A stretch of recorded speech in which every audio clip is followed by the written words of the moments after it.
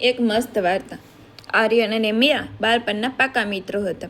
નિશાના ગ્રાઉન્ડથી લઈને કોલેજની કેન્ટીન સુધી બંને હંમેશા સાથે જ જોવા મળતા.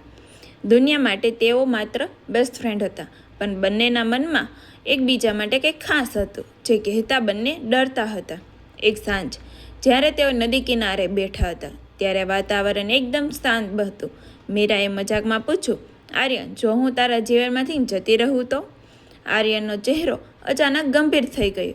તેને મીરાનો હાથ પકડ્યો અને કહ્યું, મીરા, મને નથી ખબર કે તારા વગરની જિંદગી કેવી હશે, કારણ કે મેં ક્યારેય તારા વગર જીવવાનું વિચાર્યું જ નથી. હું તને માત્ર મિત્ર તરીકે નહીં, પણ જીવન તારી સાથી તરીકે જોવા માંગુ છું. મીરાની આંખોમાં હરખના આંસુ આવી ગયા. તેને હસીને કહ્યું, મેં પણ આ સાંભળવા વર્ષો સુધી રાહ જોઈ છે. એ સાંજે એક જૂની મિત્રતા સુંદર પ્રેમમાં બદલાઈ ગઈ. તેમની વાર્તા સાબિત કરે છે કે સાચો પ્રેમ અજાણ્યા લોકોમાં નહીં, પણ સૌથી વિશ્વાસુ મિત્રમાં જ છુપેલો હોય છે. જય શ્રી કૃષ્ણ.